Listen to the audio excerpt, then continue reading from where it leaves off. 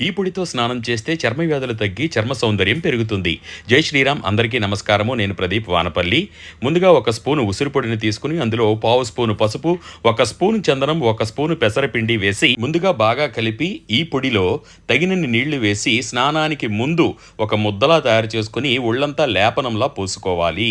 ఈ విధంగా పూసుకున్న తరువాత చక్కగా ఒక అరగంట నుంచి గంట పాటు చర్మానికి బాగా పట్టనివ్వండి, ఆరనివ్వండి.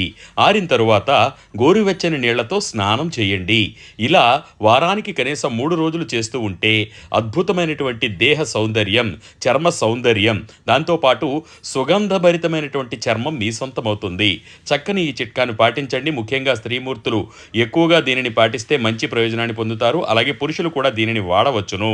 మరి ఇటువంటి విలువైన వీడియోల కోసం డాక్టర్ ప్రదీప్ వానపల్లి పేజీని ఫాలో అవుతూ ఉండండి. చర్మ సంబంధిత సమస్యలకు కానీ, చర్మ లేపనాలకు కానీ ఇక్కడ ఇచ్చిన నంబర్లకు సంప్రదించండి.